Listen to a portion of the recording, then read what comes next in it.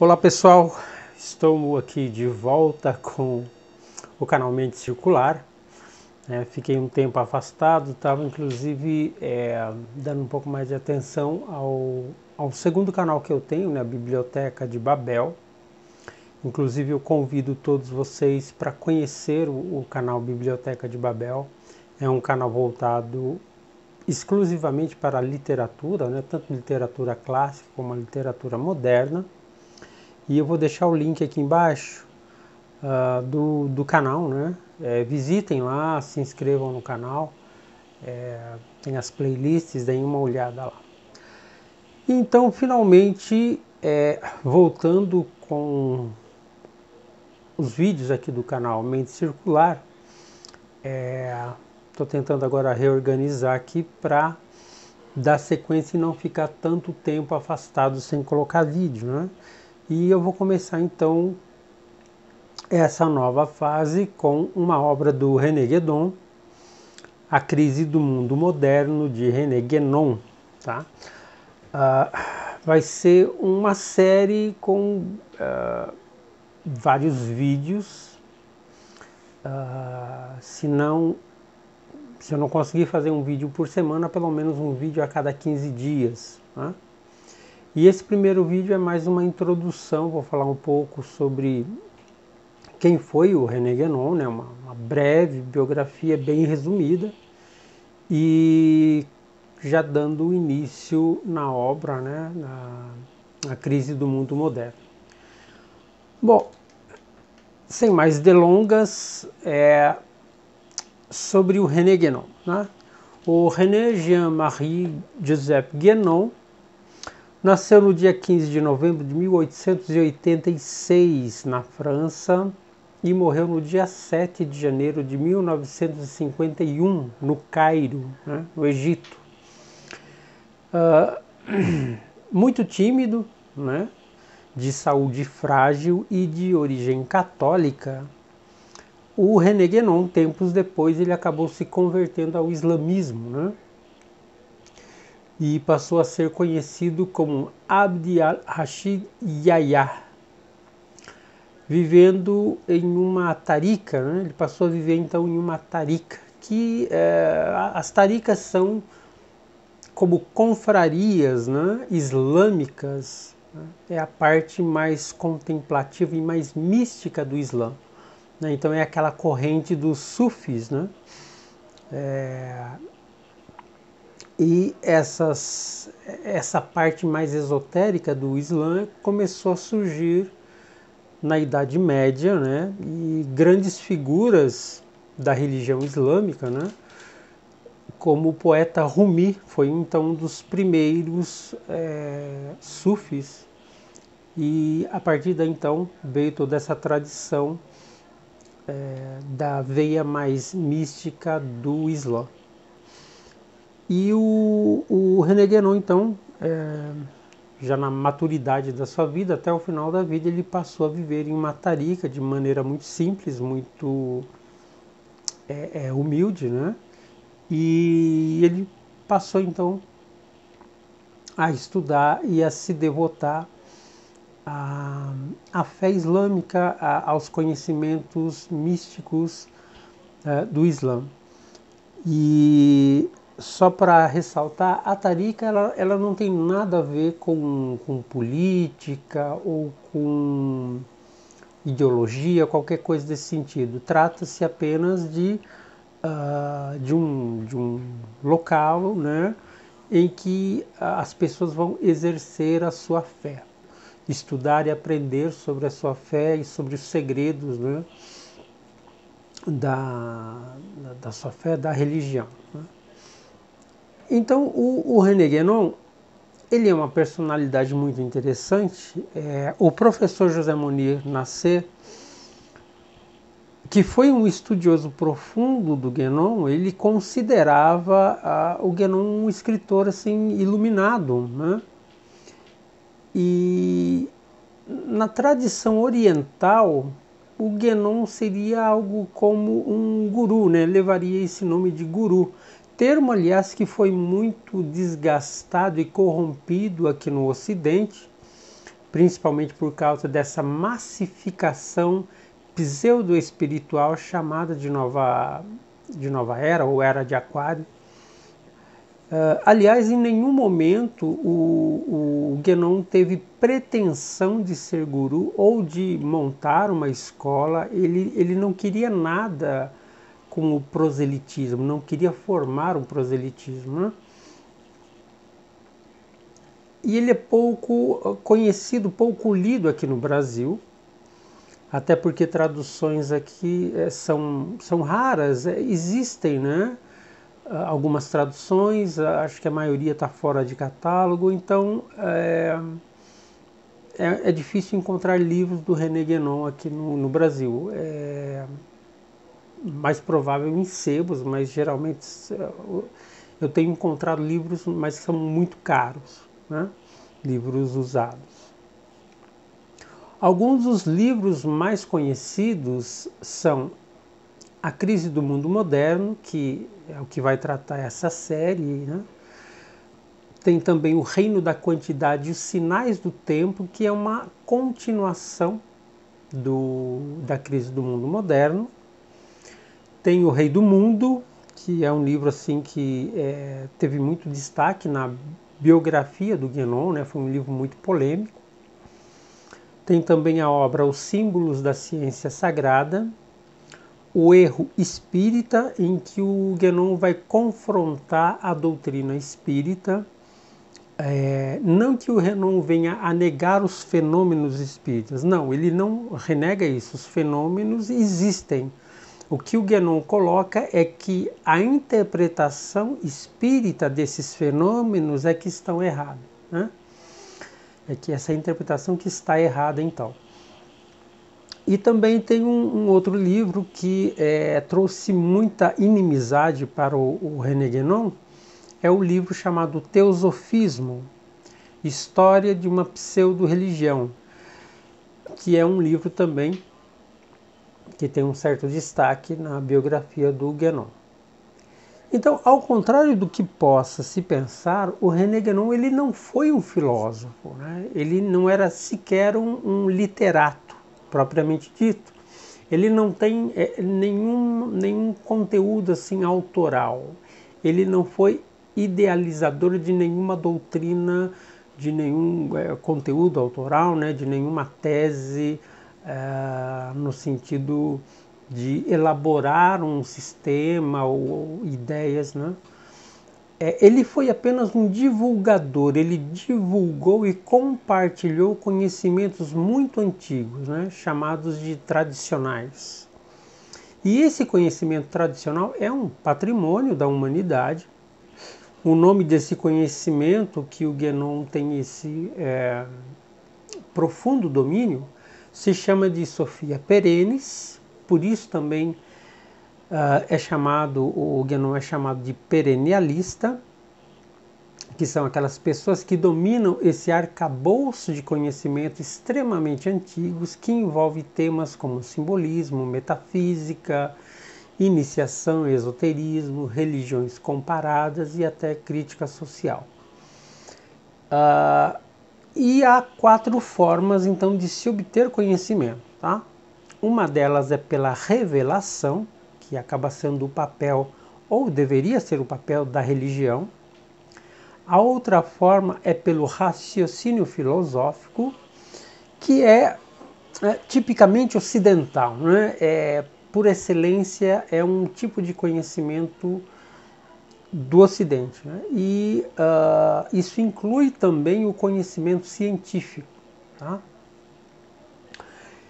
E também se pode obter conhecimento através das grandes obras literárias, porque a literatura ela acaba apreendendo parte da experiência humana, né? Então, muito da experiência humana, daquilo que existe de experiência humana, nós conseguimos aprender através da literatura, dos grandes clássicos da literatura, né? Os clássicos, tanto os antigos como os modernos também.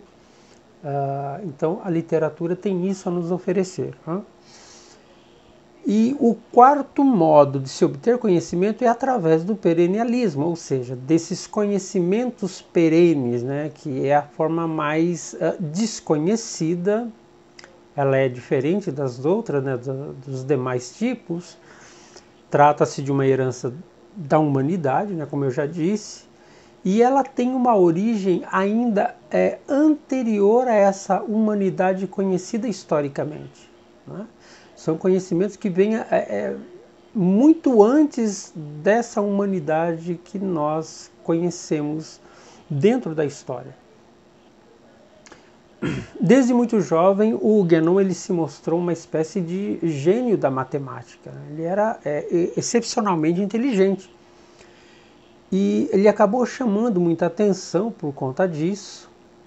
E embora tenha deixado uma carreira como matemático para mergulhar na metafísica e nos estudos tradicionalistas, ele acabou, né, conhecendo grandes personalidades da época, né, inclusive das áreas ocultistas, como o Papiste, né, que na época a França ela era um grande caldeirão assim de ocultistas, de pessoas e personalidades que estudavam, né? Então haviam grandes maçons, grandes escolas esotéricas, escolas de iniciação, e o Guénon acabou sendo convidado, né, por esse pessoal todo, e ele acabou se envolvendo com o Papiste, as escolas da época, a maçonaria. E foi por volta de 1905 que ele então adentrou nos círculos ocultistas de Paris. E em 1912 que ele se casa, né, com a Berthe Lurie. Ele acaba deixando então a maçonaria, deixando de lado esses círculos ocultistas, depois de uma palestra do Papiste, em que o Papiste fala sobre a reencarnação. E o Guénon, ao ouvir essa palestra do Papiste, acaba discordando frontalmente de toda aquela ideia do Papiste, né, aquela ideia vigente sobre reencarnação, e acaba abandonando então os círculos ocultistas e a maçonaria. Mas foi um processo lento, né? Ele foi deixando aos poucos, até que então ele se converte ao islamismo. A sua esposa morre em 1928, quando ele deixa a França para morar no Egito, né, na cidade do Cairo, isso em 1930, onde passa a viver o resto da sua vida. Ele volta a se casar, né, e em 1934 ele se casa com a filha de um sheik e vem a falecer então em 1951. Nos estudos das religiões comparadas, ele influenciou estudiosos e intelectuais como o Mircea Eliade, entre outros, né? Ele influenciou artistas surrealistas como o André Breton e principalmente o Antonin Artaud. O Guénon manteve uma amizade e uma troca de correspondências com o escritor, filósofo e poeta, né, italiano, o Giulio Zevola,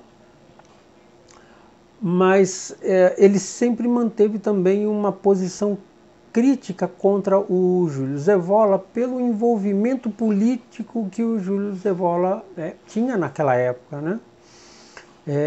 Um envolvimento com o fascismo, e por essas e outras, né, por ter amizade com o Giulio Zevola e por algumas outras questões, o Guénon ele passou então a ser considerado como se ele tivesse uma ligação com a extrema-direita, a chamada extrema-direita, né? O que é um erro, tanto que muitos estudos acadêmicos descartam essa conexão do Guénon com a política de direita, de extrema-direita, né, como eles classificam. O próprio Guénon, ele se declarava apolítico e rejeitou qualquer intenção e interpretação política do seu trabalho. Então ele sempre deixou isso muito claro, que o meu trabalho não tem nada a ver com política e não é para se interpretar de maneira política. Mas a sua influência acaba alcançando poetas e artistas e políticos, tanto de esquerda como de direita. Não é? Entre eles temos o estrategista estadunidense Steve Bannon, o cientista político russo Alexandre Dugin e o escritor e filósofo brasileiro Olavo de Carvalho. Né? E esses são alguns exemplos aí de onde a influência do Guénon alcançou. Né? E, como eu já disse, ele nasceu então no seio de uma família católica e durante um bom tempo ele desejou revitalizar o catolicismo, vendo que o catolicismo estava se desvinculando de seus princípios. E talvez um dos motivos de sua conversão para o islamismo seja justamente por conta disso. Né? Ele viu nas tradições do Oriente, no islamismo, uma conexão maior com as antigas tradições. Ou seja, para Guénon, o Ocidente e o cristianismo já estavam em franca decadência, mas as tradições orientais, como o islamismo, ainda preservavam traços mais fiéis, mais puros, né? Pelo menos naquela época. Né? Visto que hoje as tradições, tanto do Ocidente quanto do Oriente, estão igualmente corrompidas. Para René Guénon, a era moderna tem como característica abre aspas, sua necessidade de agitação incessante, de mudança sem fim, de velocidade sempre crescente. É dispersão na multiplicidade e numa multiplicidade que não é mais unificada pela consciência de qualquer princípio superior. Fecha aspas. Ou seja, então a modernidade para o Guénon está cada vez mais, a característica dela é cada vez mais se afastar do seu princípio superior, da sua fonte de origem. Né? E é claro que a modernidade, então, como eu vou falar logo adiante, a modernidade ela é uma das últimas fases desse último ciclo chamado Kali Yuga, ou Era das Sombras, ou Idade das Sombras, ou Idade dos Vícios. Tá? O que na tradição greco-romana pode ser chamado de a Idade de Ferro. Né? O Guénon, então, ele foi iniciado nos grandes conhecimentos da tradição hindu por alguns homens misteriosos que surgiram na vida dele, eram brahmanes, que em certa altura da sua vida então apareceram e passaram para o Guénon todo o conhecimento da tradição hindu, né? Todos os mistérios, os grandes segredos e mistérios da tradição hindu. Eles passaram todo esse conhecimento para o Guénon e depois sumiram. Né? Não se sabe ao certo quem são esses homens, quem foram esses homens, esses brahmanes, mas isso foi um fato que aconteceu na vida do Guénon. O professor José Munir Nasser ele afirma que ainda hoje o René Guénon é o mais profundo conhecedor da tradição hindu. Não há ninguém comparado a ele quanto o assunto é a antiga tradição hindu, seus segredos, seus mistérios. E por isso que o Guénon escreveu também o livro Teosofismo, História de uma Pseudo-Religião, destruindo a farsa de Madame Blavatsky, né? Que deturpou os conhecimentos da tradição oriental e foi responsável por inúmeras ideias equivocadas que resultaram em ideologias como o nazismo e alimentaram e apoiaram o comunismo. Né? A própria Annie Besant, que se tornou a presidente da Sociedade Teosófica no lugar da Blavatsky, ela era militante socialista e feminista. Então é de cunho muito ideológico, né? A Sociedade Teosófica tem essa base ideológica E então o René Guénon vem falando sobre essa farsa toda, né, essa pseudo-religião chamada teosofismo. Bom, inclusive o Guénon, ele cometeu o erro, né, de ter falado sobre coisas que eram proibidas pela própria tradição, proibidas de serem compartilhadas abertamente. Então eram conhecimentos que deveriam ficar só com ele, né? Mas ele colocou a público, né? Já essa obra, A Crise do Mundo Moderno, é uma obra que foi escrita voltado mais para o público leigo, para o público geral, né? Então, é justamente essa obra que nós vamos tratar então nesse vídeo e nos demais vídeos que virão aí futuramente. Primeiro vamos deixar claro aqui sobre a ideia de crise, né? E é aqui uma crise do mundo moderno, tá? Então não se trata de uma perspectiva econômica, política ou social, mas trata-se de uma perspectiva que é, antes de tudo isso,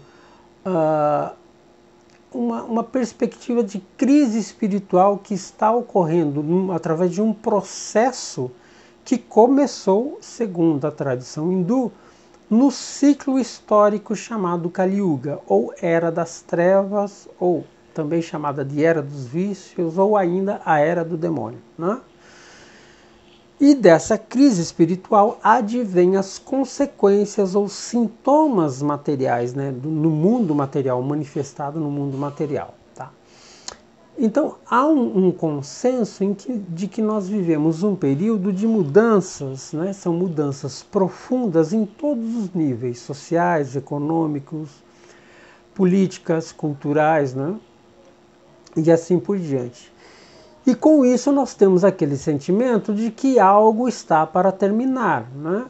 Como um desenlace, como uma ruptura. E aí tem aquelas ideias, né, como o fim do mundo, o apocalipse, e as ideias messiânicas estão atreladas a esse sentimento de que o mundo está por um triz para acabar, para finalizar. Seja no sentido literal, simbólico ou em ambos os casos.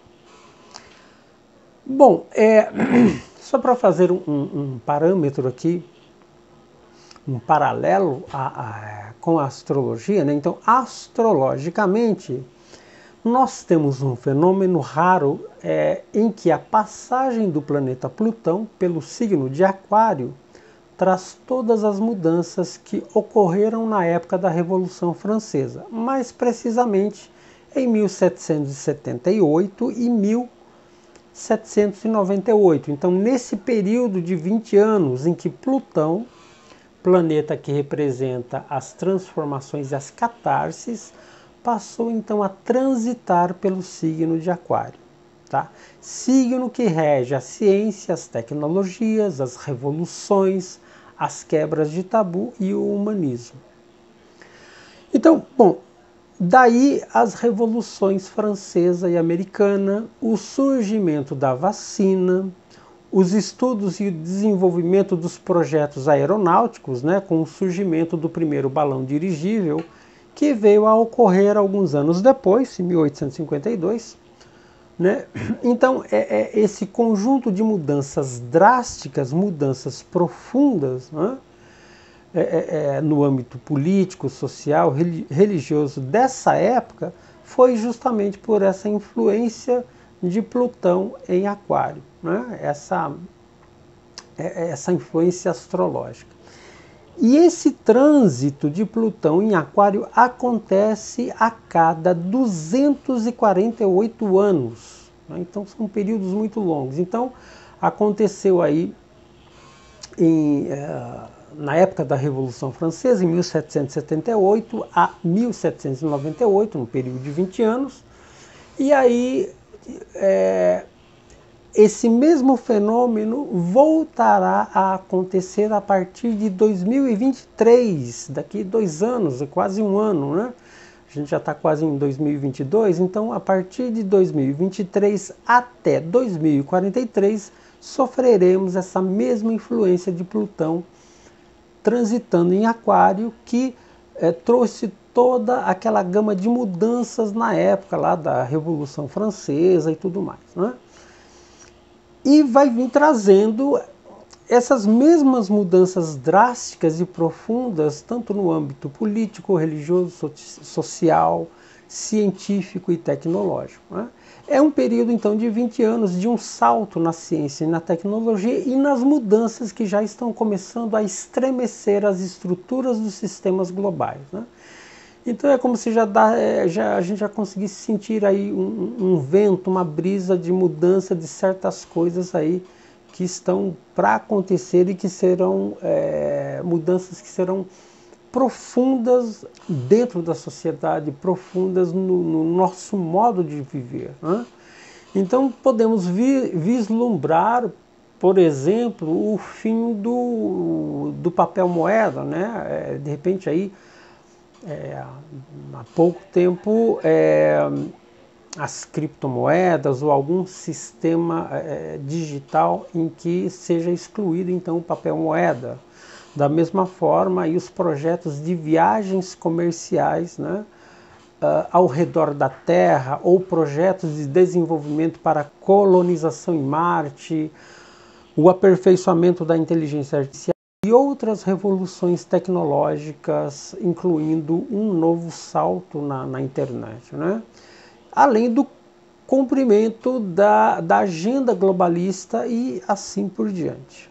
Bom, então, assim, não precisa acreditar em astrologia, basta praticar um dos princípios científicos, né, que é a observação, né, e verificar as duas épocas citadas e comparar as mudanças profundas que ocorreram lá atrás, suas consequências, e as que estão para ocorrer nos próximos 20 anos.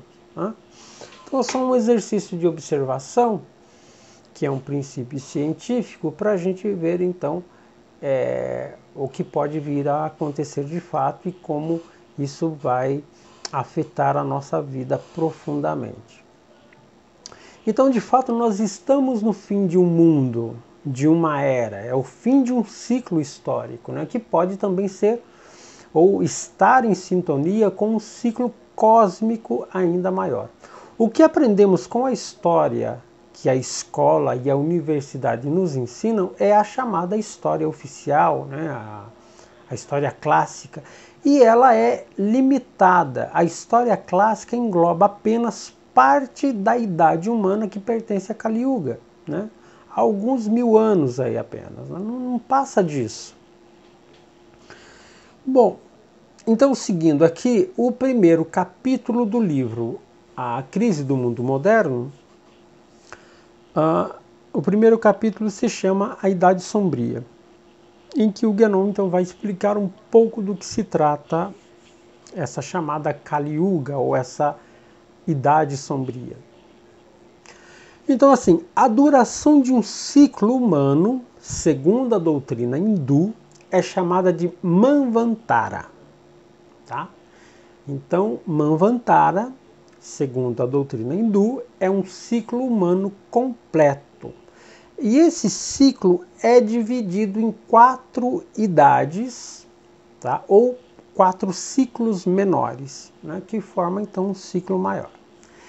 Essa concepção é um produto de uma sabedoria que veio sendo passada oralmente e que é encontrada nas culturas mais tradicionais. Por exemplo, então, na tradição greco-romana, né, temos aí a Idade do Ouro, a Idade de Prata, de Bronze e a Idade de Ferro. Então, cada idade aí representando um pequeno ciclo ou uma era. Né?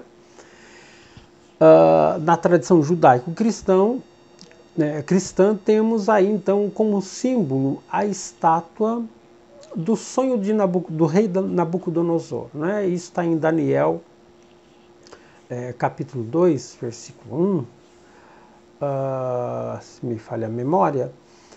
E lá em Daniel, então, fala-se de uma estátua, né, que é parcialmente interpretada pelas teologias vigentes, e em cada parte da estátua acaba representando então uma era, uma idade. Então temos na interpretação mais vigente, né, teologicamente vigente, temos aí o Império Babilônico, representando então a cabeça de ouro, o Império Medo-Persa, representando o peito e os braços, o peito e os braços, né, de prata.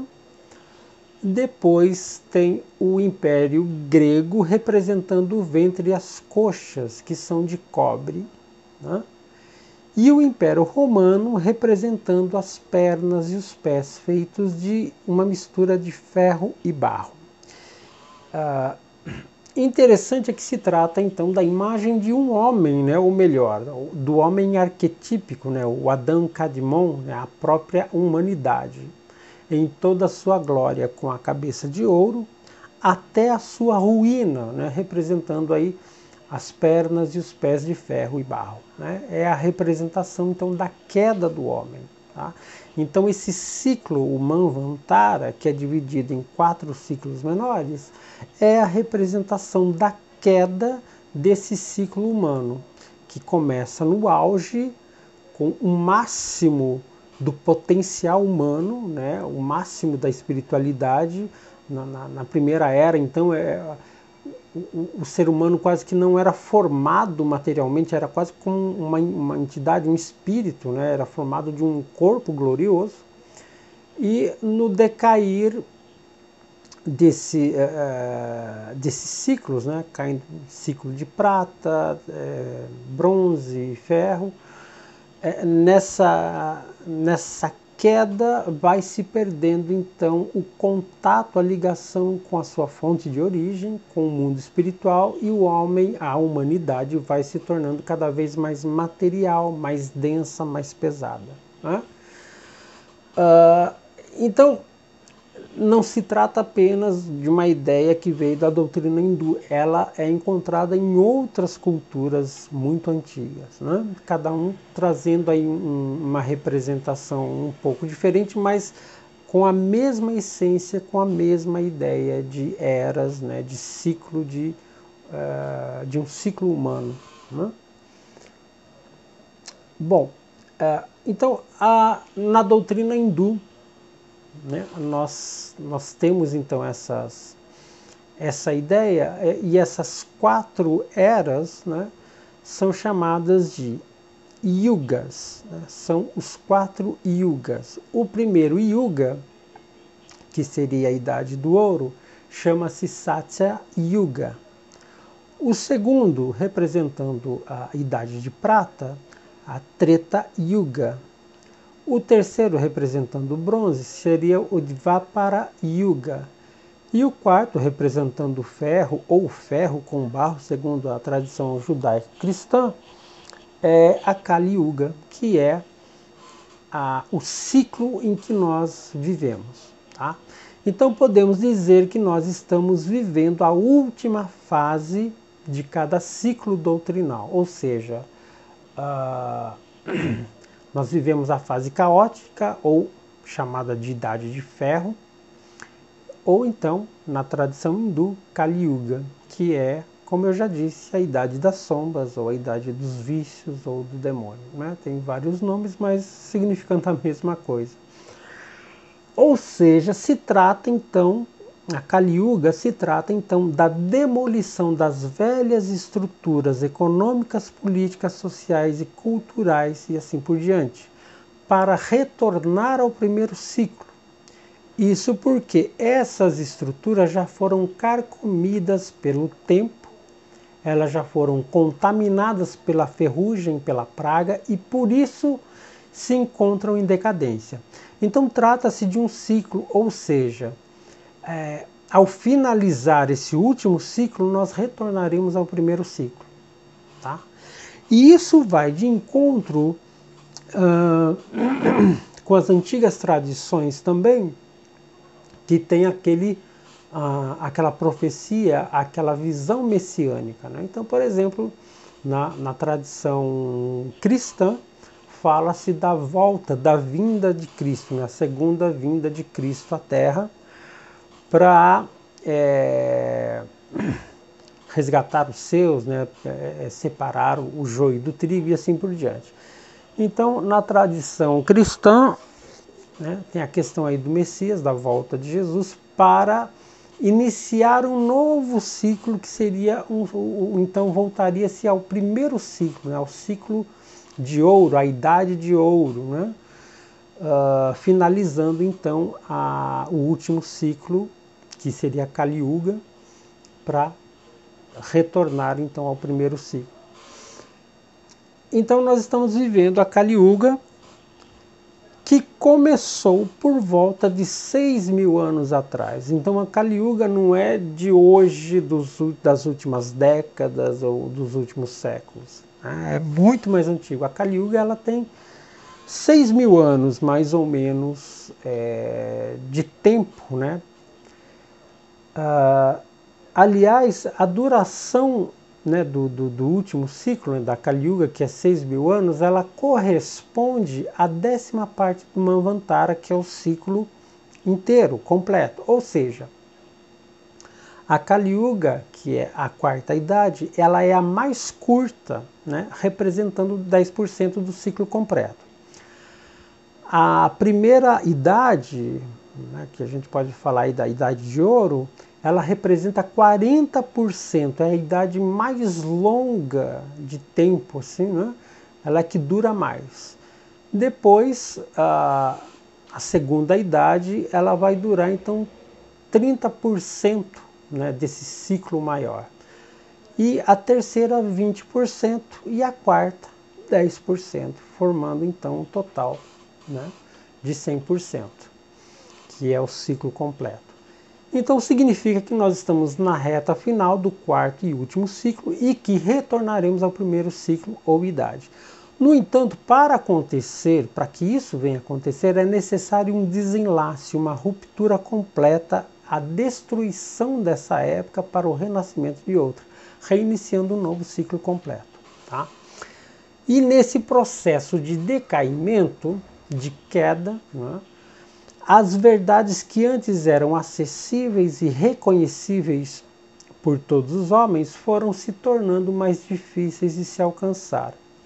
E a sabedoria não humana, ou seja, a sabedoria que vem de uma fonte espiritual mais elevada e anterior a todas as idades, essa sabedoria fica abaixo de véus, né? Fica escondida de nossa compreensão, que já está corrompida pelo processo de queda, de densificação da matéria.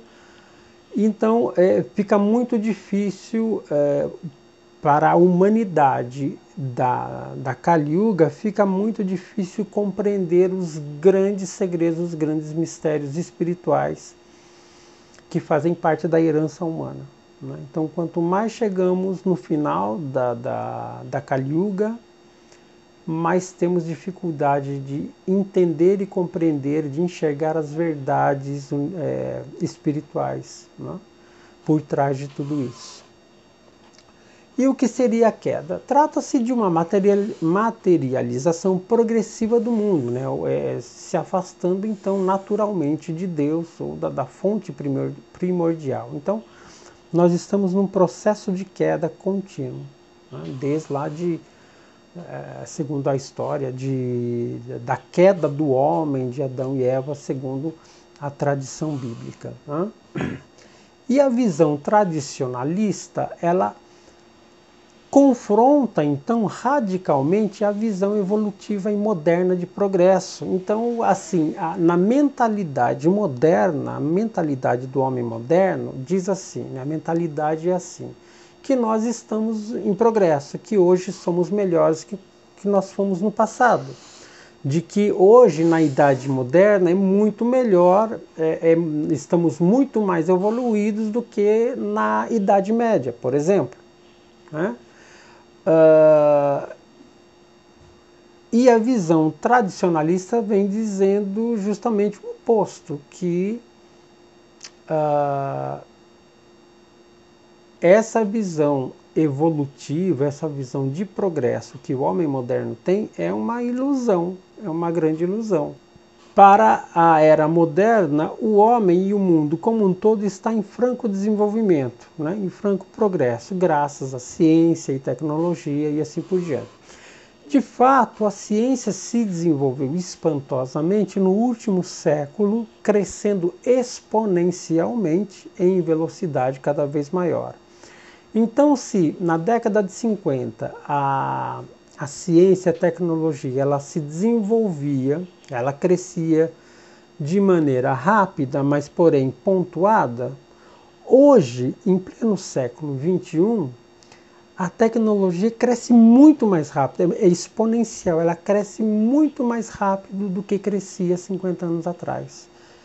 E daqui a 20 anos ela estará crescendo ainda mais rápido. Então, cada vez vai aumentando essa velocidade de crescimento tecnológico, né? Então, veja, para o telefone, o nosso antigo telefone com fio, desse telefone com fio para chegar ao celular, houve aí um tempo, né, de algumas décadas.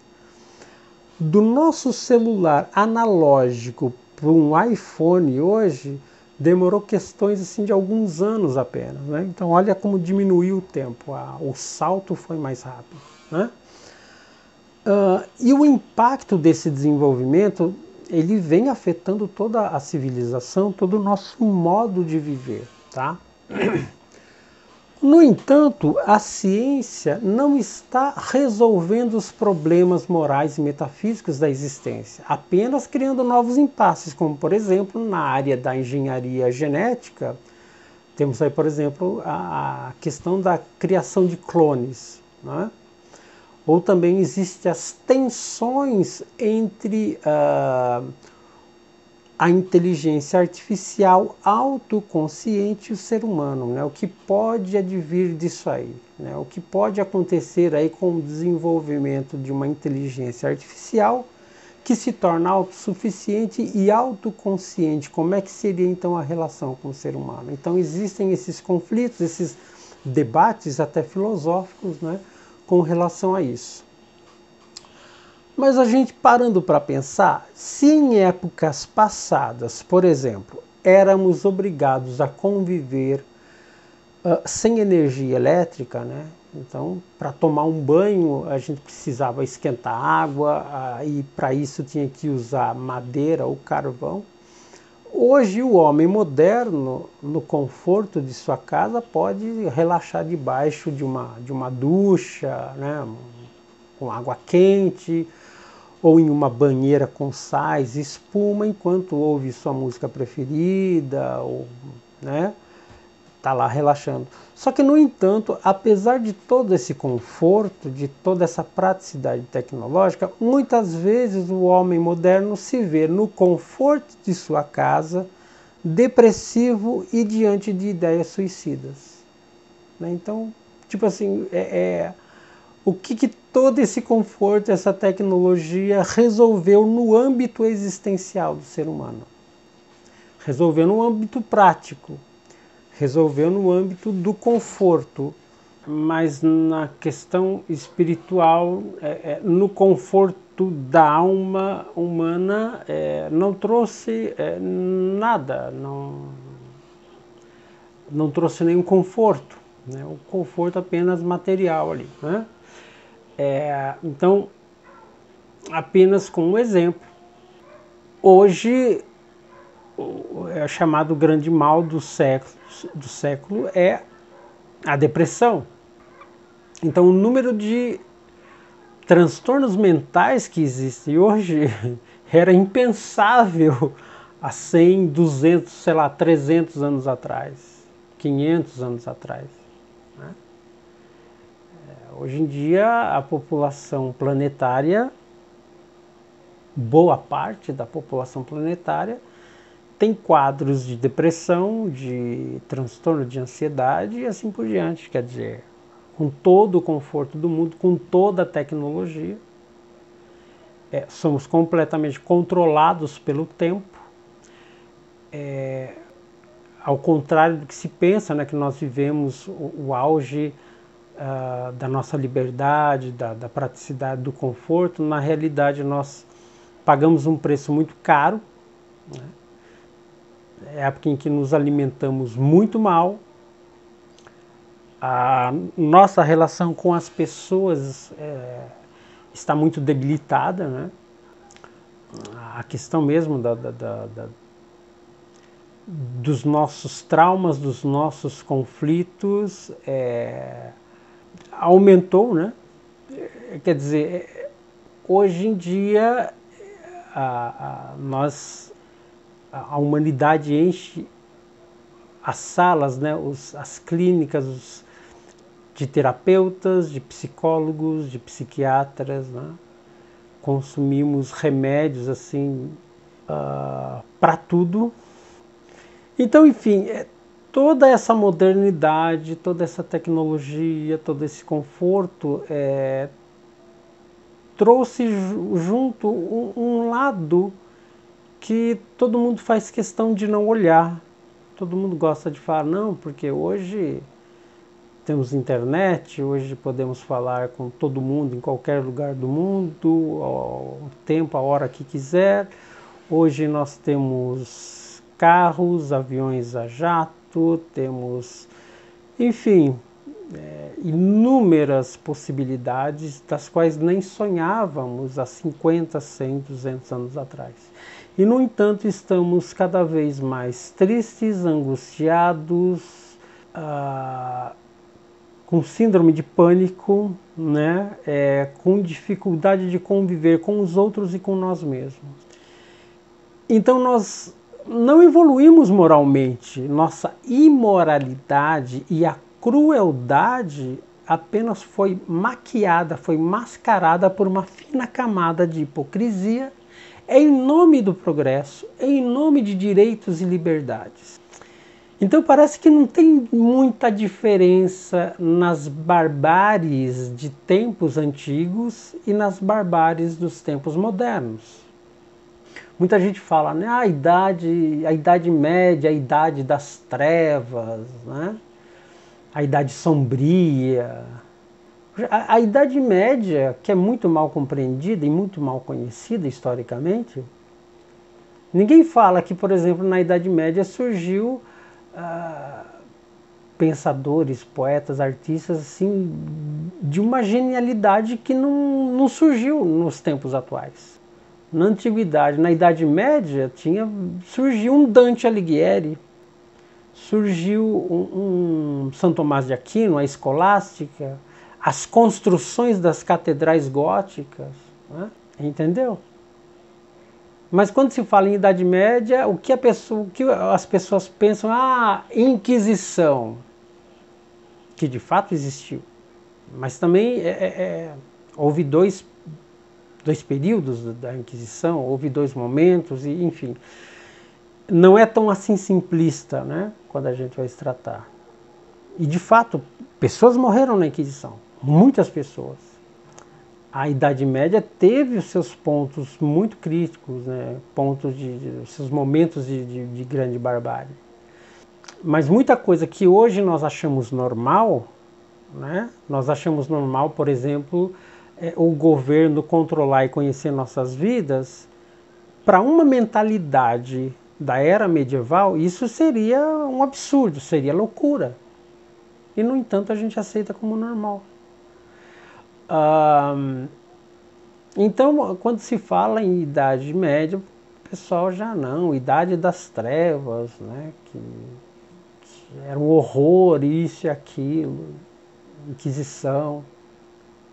Só que aí você olha para a Idade Moderna, eu não vou nem falar de Revolução Francesa, que foi essa coisa de liberdade, igualdade, fraternidade, é a besteira, a coisa mais hipócrita que existiu, né? Então, vamos aí trazer liberdade, igualdade, fraternidade, mas vamos usar a guilhotina para decapitar todo mundo, mata todo mundo na guilhotina. Então foi aquele banho de sangue, como toda revolução traz o seu banho de sangue. Então não vou nem falar, não vamos nem tocar no assunto de Revolução Francesa, vamos falar da época moderna mais atual, vamos pegar aí o século XX. Os primeiros 50 anos do século XX, tivemos a Primeira Guerra Mundial, Segunda Guerra Mundial, que devastou a Europa, e o desenvolvimento e crescimento de ideologias malignas como o fascismo, o nazismo e o comunismo, né, que ainda continua em voga como um regime válido e oficialmente apoiado para um bando de gente, aí, um bando de figurões aí, né? E para a galera toda aí que continua nessa achando que o comunismo é a salvação e é o paraíso na Terra. Apesar das barbáries históricas cometidas em vários lugares do planeta até os dias de hoje pelo comunismo. Como ocorreu nos anos 50, quando Mao Tse-tung invadiu o Tibete sob o pretexto de libertar o povo tibetano do imperialismo inglês. No entanto, o que eles fizeram? O que o Mao Tse-tung e o Partido Comunista Chinês fez? Escravizou e destruiu uma tradição de milênios. Não é à toa que o atual Dalai Lama ele é exilado, né? Ele fugiu de lá. E atualmente, nos dias de hoje, vem ocorrendo um massacre do povo uigures pelo Partido Comunista Chinês. E ninguém fala nada. Então, assim, com o crescimento tecnológico, nós passamos a ter um arsenal imenso e variado de armas letais para destruição em massa. E a possível destruição da vida no planeta. A bomba atômica é só um exemplo que é o mais óbvio. Então, quando que numa Idade Média o homem, seja o povo que fosse na Idade Média, tinha esse arsenal de destruição em massa? Então, com esse crescimento científico e tecnológico, também cresceu, né, as alternativas. Cresceu em intensidade, em variedade, a maneira de se destruir, de se matar, de destruição em massa. Antigamente as guerras aconteciam lá em campos abertos, né? E olha que interessante, essa coisa da obrigatoriedade de você servir ao exército, de você defender o seu país, isso começou ali com a Revolução Francesa, né? Que você era obrigado a defender a revolução, era obrigado a defender o seu país. Então se tornou obrigatório. Então hoje em dia é obrigatório você defender e servir o seu país, defender o Estado. E na Idade Média não. Na Idade Média o rei, se ele arrumasse guerra com alguém, com outro rei, ele tinha que contratar o povo, ele colocava lá os cartazes, estou em guerra, quem quiser se juntar a mim, né? Então o rei pagava, tipo assim, se eu quisesse lutar, defender o rei, o reinado, eu ganhava com isso. Mas eu não era obrigado, eu ia se eu quisesse. Está entendendo? Então são algumas coisas que não passam na cabeça das pessoas, né? Então hoje nós temos um arsenal, que dá para destruir o planeta inteiro várias vezes, né? Dá para destruir vários planetas apertando um único botão. E isso é o que? É a era da luz? Nós vivemos então na melhor época, na época da luz? Porque se a Idade Média é a época das trevas, então supostamente, ou como, né, era com a Revolução Francesa, com o iluminismo, né, em que o homem passou a ser o centro do mundo, né? Então, e aí, como é que se faz com o resto? Então é assim, os homens maus e os homens loucos da antiguidade, que teve muitos, historicamente sempre teve gente ruim nessa terra, sempre teve e sempre vai ter. Tá? Mas os homens maus e loucos da antiguidade certamente teriam horror aos homens maus e cruéis da nossa era moderna. Então, espiritualmente, o mundo não está em progresso, ao contrário, ele está em plena decadência. E a decadência espiritual acaba afetando a noção de existência do ser humano, a noção do valor da vida. E isso está impactando negativamente na política, na cultura, na economia, na estrutura social como um todo. O fato é que tudo tem o seu tempo de vida, a sua durabilidade. Então, se nós partimos do princípio natural do tempo de vida, então nós nascemos, crescemos e morremos. E essa é uma regra que serve para todo e qualquer ser vivo, inclusive para os objetos, para as coisas que o homem cria. Então, por exemplo, um carro. Compramos aí um carro zero. Uma semana depois ele já não está mais tão novo. 5 anos depois, mesmo com toda a manutenção, com todo o cuidado, ainda assim ele vai continuar perdendo valor no mercado, o seu tempo de uso vai apontando as consequências em que vai ter que trocar pneus, trocando peças por peças novas, né? Repor peças, dando lugar aí a essa manutenção contínua. Mas chegará um tempo, por mais conservado que seja, que ele vai se tornar um ferro velho, vai ficar inviável, né? Então existe uma degradação natural de tudo que existe. Nós vivemos num mundo material, né, num mundo físico, que tem as leis da física, as leis que regem o nosso universo, e nós estamos dentro dela. Vivemos num universo tridimensional, em que conta o quê? O tempo, o espaço e a quantidade, o número. Então tudo tem o seu tempo de vida. E esse tempo de vida também equivale, também serve para qualquer eletrodoméstico, para qualquer forma de vida, para as montanhas, para as estrelas, para planetas, né? Não importa. O Sol que nós temos aqui no nosso sistema solar, vai chegar um momento que ele vai morrer também. Mas enfim, então o ciclo humano, o Manvantara, ele segue o seu curso cíclico, né? E ele segue caindo em quantidade, melhor dizendo, caindo em qualidade, né? Se começou lá no início, com a Era de Ouro, em que a humanidade, o tipo de humanidade que existia na época, ela vivia todo o seu potencial, todo o seu auge, ela veio decaindo até chegar ao novo ciclo, que é o ciclo de prata, que não tem todo o esplendor do ciclo de ouro, né, da Era de Ouro, mas ainda conserva algumas qualidades da era anterior, até que ela mesma chega ao seu fim, né? No lugar dela, então, vem a Era de Bronze, e continua decaindo até a Idade de Ferro, né? a nossa Kali Yuga, sinalizando que o nível de materialização se densificou no seu ponto máximo. E por ser a última era, a última idade, ela está mais decaída e mais afastada da sua origem, do seu princípio, do esplendor da primeira era, né? da sua fonte, da sua origem divina, da sua origem espiritual.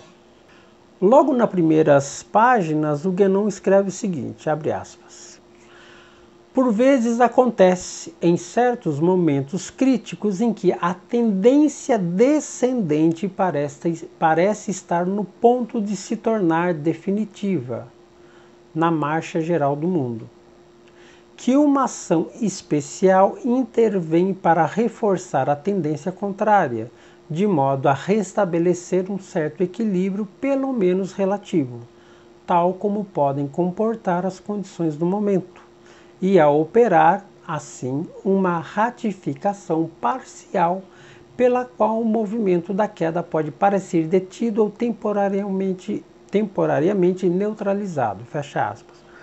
O que o René Guénon está dizendo aqui? Que no nosso momento histórico, né, vamos pegar aqui a Kali Yuga, né, desde os 6.000 anos atrás até o presente momento, nesse período de tempo, né, houve alguns momentos em que o céu, o mundo espiritual interviu na Terra, se manifestou no nosso plano físico para tentar de alguma forma nos ajudar, nos guiar. Então, nesse processo de queda, há alguns momentos, quando há essas intervenções, esse processo parece que ele dá uma diminuída, né? Depois ele volta a cair em mais velocidade. Então é como se ele brecasse assim, ou diminuísse a sua queda de tempos em tempos, né? quando há essa intervenção divina. Que intervenção divina é essa? Quando apareceu, por exemplo, um Vishnu, um avatar hindu, quando o surgimento aí de um Siddhartha Gautama, de um ser que se iluminou e que guiou um grupo de pessoas, um grupo através de certas ideias, em que se pregava assim, olha, toma cuidado com as ilusões do mundo, isso aqui tudo é maia, tudo é ilusão, existe uma coisa que está além de tudo isso. Né? E aí depois vem Jesus Cristo falando, né, não se prenda às coisas materiais, não ajunte tesouros aqui na terra, né? A nossa origem, a nossa essência é espiritual.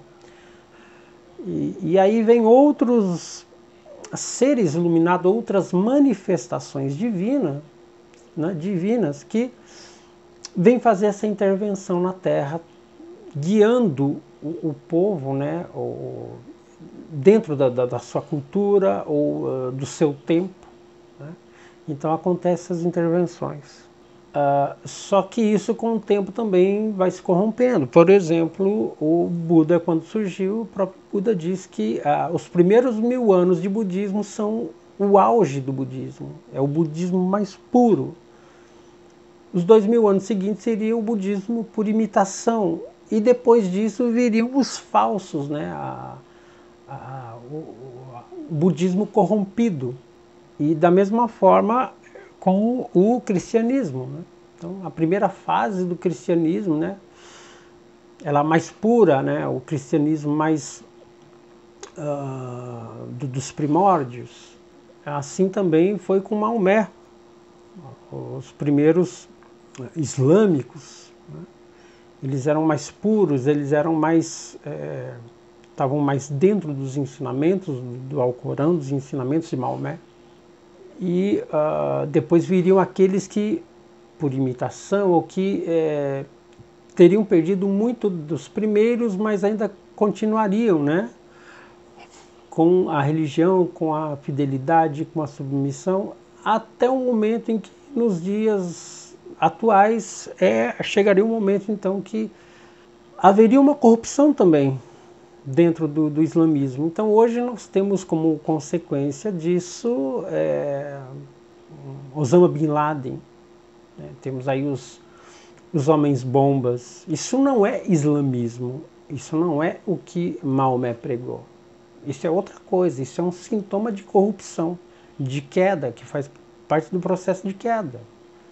Da mesma forma, dentro do cristianismo, hoje temos aí, né, os Edir Maceiros da vida, temos aí essas igrejas que só pensam em roubar, essas igrejas, né, modernas e que tudo pode, que, enfim,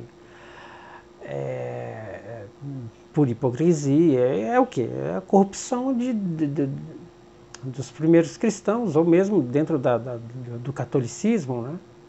Uma série de problemas, né? Não era mais como antigamente, já está mais corrompido, está mais decaído. Ou mesmo dentro de outras religiões aí, né? De religiões mais novas, como o espiritismo. Então tem tudo isso aí, é todo um processo de queda. Então, de tempos em tempos, dentro da linha histórica da Kali Yuga, aparecem essas intervenções divinas, que é chamada de função divina. Na tradição hindu é chamada de a função divina, né? Representada por Vishnu. Mas isso acontece em todas as outras culturas, né? É a descida do princípio divino no mundo manifestado. É quando Deus, ou uma parcela de Deus, vem se manifestar no plano físico para tentar guiar o povo, para tentar diminuir a velocidade dessa queda, para tentar criar massas despertas, né? Que tentar tirar uma parte da humanidade dessa ilusão do mundo. Então, cada era tem as suas fases críticas, né? E a nossa era, a Kali Yuga, nós vivemos a última dessas fases críticas, ou seja, o que historicamente nós chamamos de era moderna, os tempos modernos. Então, a modernidade, ela representa, dentro da Kali Yuga, a última fase da decadência da Kali Yuga, né? da sua materialização total. Né? Bom, pessoal, finalizando por aqui, então em breve eu vou continuar aí com o segundo vídeo, vou finalizar esse capítulo e vamos adiantar aí com pelo menos o próximo capítulo do livro. Né? Eu peço a vocês então que deixem aí o like se vocês gostaram, comentários, comentem aí embaixo também, vamos conversando, discutindo e aí o próximo vídeo. Mais uma vez eu convido vocês para conhecerem o canal Biblioteca de Babel, que é sobre literatura propriamente dita, e que continuem aqui com o Mente Circular também. Né? Então é isso, pessoal. Muito obrigado e até o próximo vídeo.